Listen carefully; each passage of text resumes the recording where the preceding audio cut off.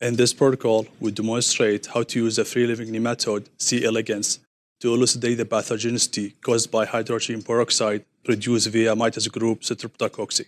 The main advantage of this technique is that we can study pathogenicity and the activation of stress responses in the worm by using a sustainable biological source of reactive oxygen species as opposed to chemical sources.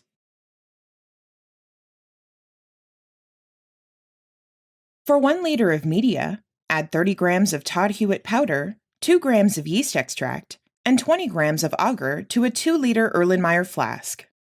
Add 970 milliliters of deionized water to the contents of the flask and put in a stir bar.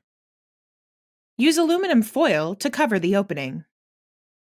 Autoclave the media in the flask at a temperature of 121 degrees Celsius and pressure of 15 pounds per square inch for 30 minutes. Thereafter, set the flask on a stir plate to cool down with gentle stirring. Under a laminar hood, pour the media into appropriately sized sterile petri dishes. Allow the media to dry for 2 hours. Thereafter, store the plates at 4 degrees Celsius for up to 1 month. Before the preparation of Mitis group Streptococci, warm the THY agar plates in an incubator to 37 degrees Celsius.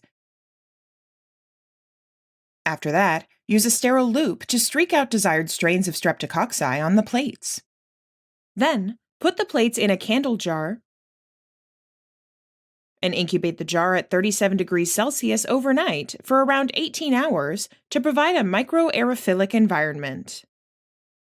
The next day, remove the plates from the candle jar and use a sterile loop to pick isolated colonies. Inoculate